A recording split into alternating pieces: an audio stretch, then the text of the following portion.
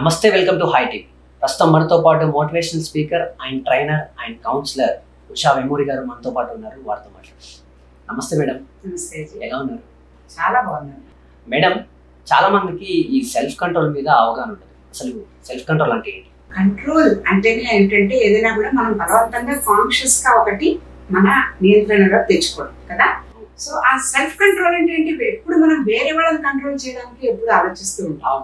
బయట సిచ్యువేషన్స్ ని, బయట మనుషుల్ని కంట్రోల్ చేయడం ఈజీ కదా, చాలా ఈజీ. మనకన్నా ఈజీ మనం కంట్రోల్ చేసుకున్నప్పుడు కదా అవతల వాళ్ళకి మనకి దొరుకుతుంది. కాబట్టి సెల్ఫ్ కంట్రోల్ అనేది చాలా చాలా పెద్ద ఎమోషనల్ ఇంటెలిజెన్స్ కి సంబంధించిన టాపిక్. అంటే ఇంటెలిజెన్స్ రకరకాలు మనం చెప్పుకున్నాం, కానీ అందులో అన్నిటికంటే గొప్పదైన విషయం ఏంటంటే ఎమోషనల్ ఇంటెలిజెన్స్. ఈ ఎమోషనల్ ఇంటెలిజెన్స్ ఏ వయసు వాళ్ళైనా ఎప్పుడైనా నేర్చుకోవచ్చు. అదొకటి గుడ్ న్యూస్. ఎందుకంటే 90 ఏళ్ల వాళ్ళని ఇప్పుడు వీళ్ళేం మారాలని అనుకోకర్లే. ఎమోషనల్ ఇంటెలిజెన్స్ వాళ్ళు అనుకుంటే వాళ్ళు నేర్చుకోవచ్చు. ఈ సెల్ఫ్ కంట్రోల్ అనేది దానికి సంబంధించిన విషయం. అంటే ఇప్పుడు మన ఆలోచనలు మన నియంత్రణలో ఉన్నాయా, మన బిహేవియర్ మన నియంత్రణలో ఉన్నదా, మనం వేరే వాళ్ళ మీద మనం కంట్రోల్ చేయలేని సిచ్యువేషన్స్ మీద మనం కంట్రోల్ చేసుకోగలుగుతున్నామా? Self control checking. ఇది మన్ని మనం సెల్ఫ్ కంట్రోల్ లో పెట్టుకోవాలంటే మన్ని మనం ఇంట్రోస్పెక్ట్ చేసుకుని చూసుకోవాలి కదా. అంటే ఏంటి, మన థాట్స్ ని కానీ, మన ఈటింగ్ ని కానీ, బిహేవియర్ ని కానీ, మన థింకింగ్ ని కానీ, దేనికి సంబంధించింది మన్ని కిందకి దిగజారుస్తుందో, మన్ని మన గోల్ అచీవ్ చేయడానికి అడ్డం పడుతుందో, దాని అన్నిటినీ కూడా రెగ్యులేట్ చేసుకుని కంట్రోల్ చేయడం కానీ సెల్ఫ్ కంట్రోల్ అంటే. చాలా మందికి సెల్ఫ్ కంట్రోల్ విషయంలో ఇబ్బందులు పడుతూ ఉంటారు. అసలు వాళ్ళు ఎంత అనుకున్నా కానీ వాళ్ళు కంట్రోల్ అవ్వలేక టైం స్లిప్ అవుతూ ఉంటారు. ప్రాపర్ గా బిహేవియర్ కూడా చేంజ్ అయిపోతూ ఉంటది. అలాంటి వాళ్ళకి ఏం చెప్తారు? అంటే ఇప్పుడు సెల్ఫ్ కంట్రోల్ అన్నప్పుడు వాళ్ళు ఏంటి, ముందు అసలు వాళ్ళు నియంత్రించుకోవడానికి ఒక రెజల్యూషన్ తీసుకోవాలి కదా. ఏమని, నేను నా బిహేవియర్ బాగాలేదు, దీనివల్ల నాకు కానీ వేరే వాళ్ళకి కానీ ఇబ్బంది అవుతుంది. సపోజ్ కోపం ఎక్కువ వస్తుంది. ఆ కోపం ఎక్కువ వచ్చినందువల్ల అది నన్ను ప్రాబ్లం కి గురి చేస్తుందా, నా కోపం అవతల వాళ్ళని కూడా ఇబ్బంది పెడుతుందా? అంటే ఆ కోపం ఎలా ఉండాలి? సకారాత్మకమైనదిగా, అంటే పాజిటివ్ గా ఉండాలి. ఆ కోపం ఎలా ఉండాలి? అదే నేను ఇది ఎందుకు చేయలేకపోతున్నాను, నేను అనుకున్నది నేను అచీవ్ చేయడానికి ఏంటి నాకు అడ్డం పడుతుంది అని నా యాక్షన్స్ మీద నా కోపం రావాలి. వచ్చి నేను కరెక్ట్ చేసుకోవాలి తప్ప చుట్టూ ఉన్న సిచ్యువేషన్స్ ని బ్లేమ్ చేయడము, వేరే ఎవరో నాకు అడ్డం పడ్డారు, వాడు అన్న టైంకి రాలేదు కాబట్టి నేను ఇవాళ చేయలేకపోయాను, ఈ కోపాన్ని అవతల వాళ్ళ మీద చూపించడం, నా కంట్రోల్లో లేని వాటి మీద నా కోపం డైవర్ట్ చేయడం నీకు రిజల్ట్స్ ఇవ్వదు. నీకు ఏదైనా ఒక పని అవ్వాలి అని అనుకున్నది, గోల్ సెట్ చేసుకుని ఆ పని అవ్వాలి అని అనుకుంటే ఆ కోపాన్ని పాజిటివ్ డైరెక్షన్ లోకి మర్చుకోవాలి. ఫర్ ఎగ్జాంపుల్ ఇందాక మనం చెప్పుకున్నట్టు ఇంత క్రితం ఎపిసోడ్ లో నాకు ఎప్పుడు ఇలాంటి వీటికి కరెక్ట్ గా నాకు విరాట్ కోహ్లీనే గుర్తొస్తాను. మహేంద్ర సింగ్ ధోని, విరాట్ కోహ్లీ. ఎందుకంటే వాళ్ళ యాటిట్యూడ్ చూసి ధోని ముందు నుంచి కొంచెం మామూలు ఇంకా కొంచెం వెరిఫై అయ్యారు. బట్ విరాట్ కోహ్లీ ట్రాన్స్ఫర్మేషన్ చూస్తే చాలా అద్భుతమైన, తన కోపం వచ్చేది ఫీల్డ్ మీద. కోపం వచ్చి చాలాసార్లు తను తిట్టుకోవడం కానీ, లేకపోతే అవతల వాళ్ళ మీద అరవడం కానీ, ఒక బౌలర్ క్యాచ్ ఏమైనా వదిలేసినా కొంచెం ఏమైనా ఇచ్చేసినా కూడా తన బౌలర్ మీద అగ్రెసివ్ గా తన ఫీల్డ్ మీద ఇచ్చేయడం, తన రియాక్షన్ చూపించడం కానీ, వెంటనే ఇంపల్సివ్ బిహేవియర్ అంటే తను తెలుసుకున్నాడు. ఆ impulsive behaviour will not take him anywhere అని రియలైజ్ అయ్యాడు. చేసుకుని తను ఏం చేశాడు, నేను నా గోల్ ఏంటి, వరల్డ్ నెంబర్ 1 బ్యాట్స్మెన్ అవ్వడం, వరల్డ్ క్లాస్. ఆ వరల్డ్ క్లాస్ బిహేవియర్ కి what is stopping me from achieving that identify చేసుకున్నాడు. చేసుకుని ఓవర్కమ్ అయ్యాడు ఆ సెల్ఫ్ కంట్రోల్ ద్వారా. తను అసలు నేను ఎప్పుడు ఒక ఇంటర్వ్యూలో విన్నాను, లేట్ నైట్ పార్టీస్ కి వెళ్ళడం కానీ, అంటే తనకి పొద్దున పూట ప్రాక్టీస్ కి ఏమేమి అడ్డం వస్తాయో ఆ పనులు ఏమి చేయడు. ఎందుకంటే తన ప్రాక్టీస్ లేకపోతే తన గోల్ కి దూరంగా ఒక రోజు తన ప్రాక్టీస్ ఆన్ టైం లేకపోతే తనకి ఎంత ఇబ్బందో తనకు తెలుసు. కాబట్టి దానికి అడ్డం వచ్చే రిక్రియేషన్, పార్టీస్ ఇవి కూడా తన దూరం. సారీ, నేను పార్టీకి నేను రాలేను, ఎందుకంటే నేను ఎర్లీ మార్నింగ్ మళ్ళీ 4 o'clock నేను ప్రాక్టీస్ వెళ్ళాలి. అలాగే తనకి చాలా జంక్ ఫుడ్, ఈ ఘీతో చేసిన పరాటాలు అవన్నీ చాలా ఇష్టం. ముందు నుంచి కూడా అవన్నీ చాలా తినే అలవాటు ఉంది అని చెప్పాడు. మరి లావు కాకపోయినా కూడా ఫ్రంట్ గా ఉండేవాడు, కొంచెం హెల్తీ సైడ్ ఉండేవాడు. తనకి తొందరగా పరిగెత్తడానికి కానీ, తనకి లేజీగా ఉండడానికి కానీ ఆ కారణాలు, ఆ ఓవర్ ఈటింగ్, తర్వాత అట్లాంటి జంక్ ఫుడ్ తినడం తనని ఆపుతున్నాయని గ్రహించి డిసిప్లిన్ తో, తన సెల్ఫ్ కంట్రోల్ తో వాటన్నిటినీ కూడా దూరం అయ్యి హెల్తీగా ఏం చేస్తే తన హెల్తీగా ఉండగలుగుతాడు అనేది ఐడెంటిఫై చేసుకుని ఆ దిశగా తన సెల్ఫ్ కంట్రోల్ తో, డిసిప్లిన్ తో మలుచుకున్నాడు. అది ట్రాన్స్ఫర్మేషన్ సెల్ఫ్ కంట్రోల్ అంటే. అలా మనం విరాట్ కోహ్లీ గురించి క్రికెట్ లో చెప్పుకున్నాం.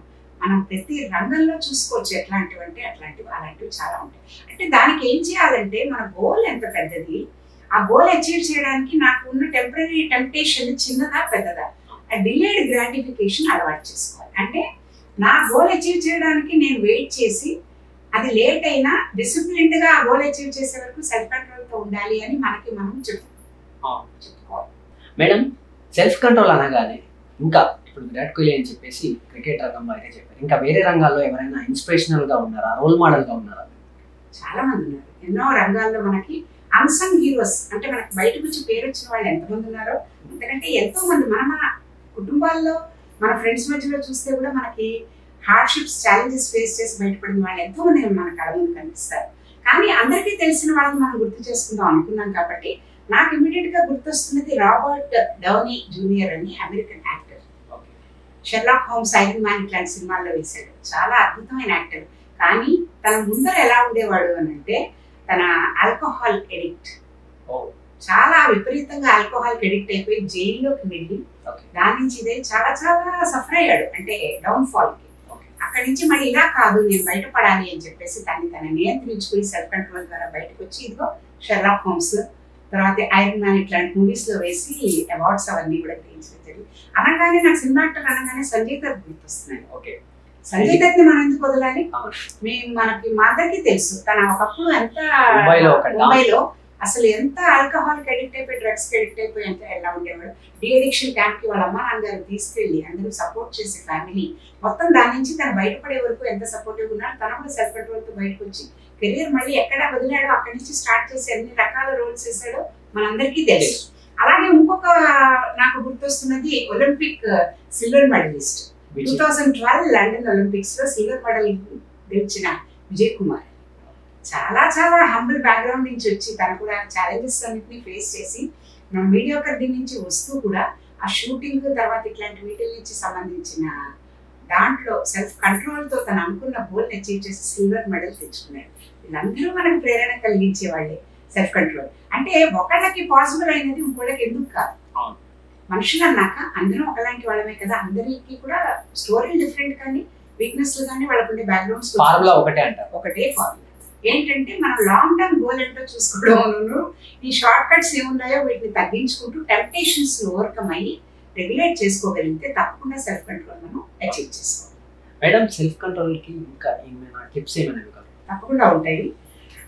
ముఖ్యంగా గుర్తొచ్చేది ఏంటంటే గోల్స్ మనం ఏం పెట్టుకున్నామో ఆ గోల్స్ మనకు చాలా క్లియర్ గా తెలియాలి. నా గోల్ ఏంటి? ఇప్పుడు సపోజ్ మనం రన్నింగ్ స్ప్రింట్, పీటీ ఉషా వీళ్ళందరినీ తీసుకుంటే ఒకప్పుడు బహుశా అందరూ చాలా చిన్నవాళ్ళు అప్పటికి పీటీ ఉషా టైంలో 83 అప్పుడంతా మీరు పుట్టారు.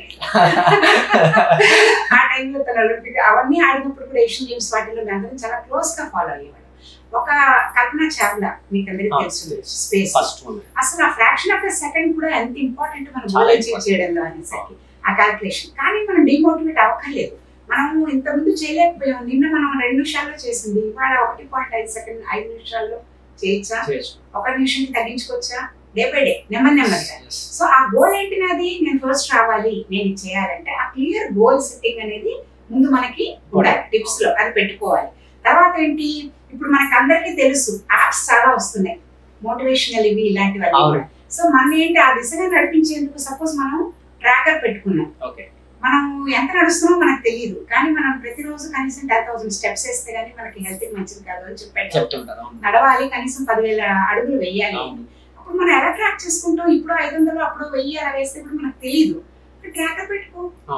నీకు ఆ రోజు అవ్వాల్సిన 10,000 20,000 అయ్యాయా అంటే కంటిన్యూస్ గా ఎంత చేస్తున్నావు, ఏ టైంలో చేస్తున్నావు, హార్ట్ రేట్ ఎలా ఉంది, ఇవన్నీ మానిటర్ చేసుకోవడానికి పెట్టుకో. నీ గోల్ ఎంత క్లియర్ గా నువ్వు రీచ్ అవుతావు ఈ యాప్ నీకు హెల్ప్ చేస్తుంది. అలాంటి వాటి సహాయం తీసుకో.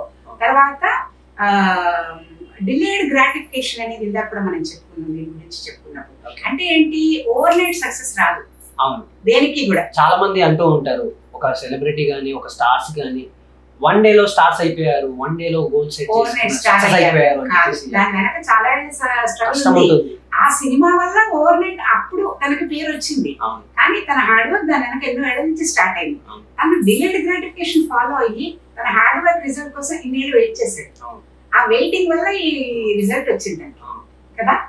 అందుకని ఆ డిలేడ్ గ్రాటిఫికేషన్ అనేది చాలా ఇంపార్టెంట్. అంటే రిజల్ట్ కోసం వెయిట్ చేసే పేషెన్స్ ఉండాలి, కంటిన్యూస్ గా హార్డ్ వర్క్ చేస్తూ పేషెన్స్ ఉండాలి.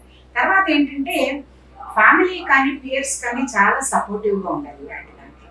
అంటే ఏంటి, మన చుట్టూ ఇందాక అనుకున్నట్టుగా సపోజ్ నేను నా గోల్ మర్చిపోయాను, ఇంట్లో వాళ్ళ డ్యూటీ ఏంటి, నేను అనుకున్నావు నీకు హెల్త్ కి మంచిది కాదు ఈ టైప్ ఆఫ్ ఫుడ్ తినకూడదని, నువ్వు అనుకున్నావు కదా, మళ్ళీ నువ్వు ఇవాళ నువ్వు బ్రేక్ చేస్తున్నట్టున్నావు, కొంచెం బీ మైండ్ఫుల్ అని ఎవరైనా మన చుట్టూ ఉన్నవాళ్ళు చెప్తూ మనకి గుర్తు చేస్తూ ఉన్నారనుకోండి. లేదు కొంచెం ప్రొఫెషనల్, మనం ఇందాక అనుకున్నట్టుగానే కౌన్సిలింగ్. ఇప్పుడు స్పోర్ట్స్ దీంట్లో మనం చూస్తూ ఉంటాం, వాళ్ళు మెంటర్స్, కౌన్సిలర్స్, స్పోర్ట్స్ కౌన్సిలర్స్ ఉంటారు. వాళ్ళు ప్రతి నిమిషం వాళ్ళని ఆ పాజిటివ్ సైకాలజీ అండ్ ఫిట్నెస్ కోసం, సెల్ఫ్ కంట్రోల్ కోసం వాళ్ళని మోటివేట్ చేస్తూ ఉంటారు. అట్లాంటి వాళ్ళ హెల్ప్ తీసుకోవడం, ఇవన్నీ మనకి టిప్స్ ఫాలో అయితే కనుక సెల్ఫ్ కంట్రోల్ అచీవ్ చేయడం చాలా చాలా తేలిక. థ్యాంక్ యూ మ్యామ్, చాలా బాగా చెప్పారు. అండ్ సెల్ఫ్ కంట్రోల్ ఎంతవరకు ఉపయోగం, మన లైఫ్లో ఎంత కీలక పాత్ర అది, అండ్ సెల్ఫ్ కంట్రోల్ ఉండడం వల్ల మనకి బెనిఫిట్స్ ఏంటి, మన గోల్కి ఎంతవరకు అది ఉపయోగపడుతుందనే అన్ని అంశాలు కూడా మీరు చెప్పడం జరిగింది. చాలా బాగా చెప్పారు, అందరికీ ఉపయోగపడుతుంది.